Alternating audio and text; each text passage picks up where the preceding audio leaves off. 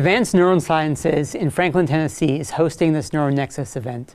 Dr. Hunter from Advanced Neurosciences and Dr. Cockwood from the Shapiro Center for MS in Minneapolis, Minnesota, and I'm Dr. Daniel Cantor from the Florida Society of Neurology.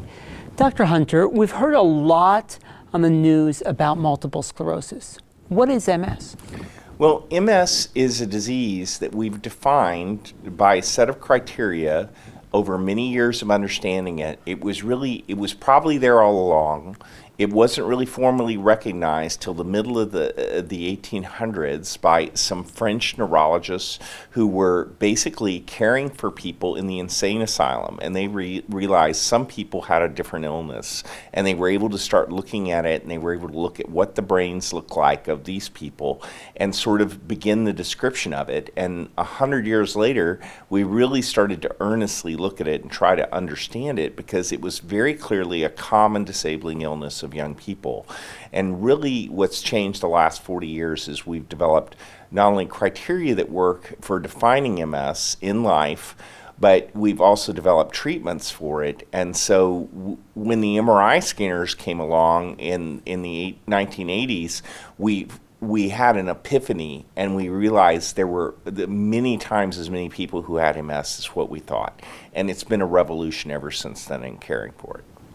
Dr. Cockwood, when people hear about multiple sclerosis in the news, they hear about the latest celebrity who's been diagnosed or one that's come out with multiple sclerosis, and they say to you, what is MS? What do you tell them? Yeah, Dr. Cantor, I think one of the things that I often hear from patients about what is MS, I think many people understand now, many people with MS understand that this is a disease of the immune system. What often is kind of, I think, a misconception, and I hear over and over again, is that this is a disease of an overactive immune system. And I think the point I like to make with my patients and others to help them understand is, it's not that the immune system in MS is overactive, as we see in MS or any other autoimmune disease.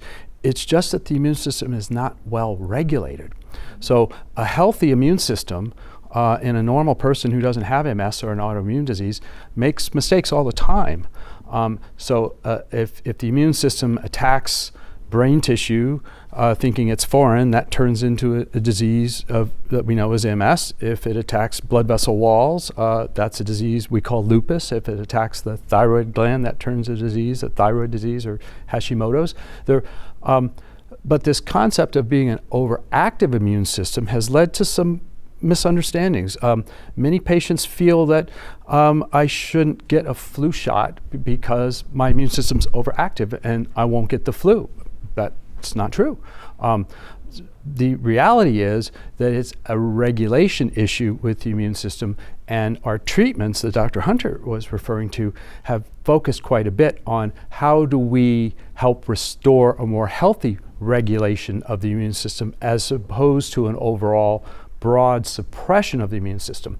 Our treatments have focused more on selectively impacting or modulating the immune system in an attempt to try to restore what would have been a normal, healthy immune system function of self-correction, balancing, and moderating.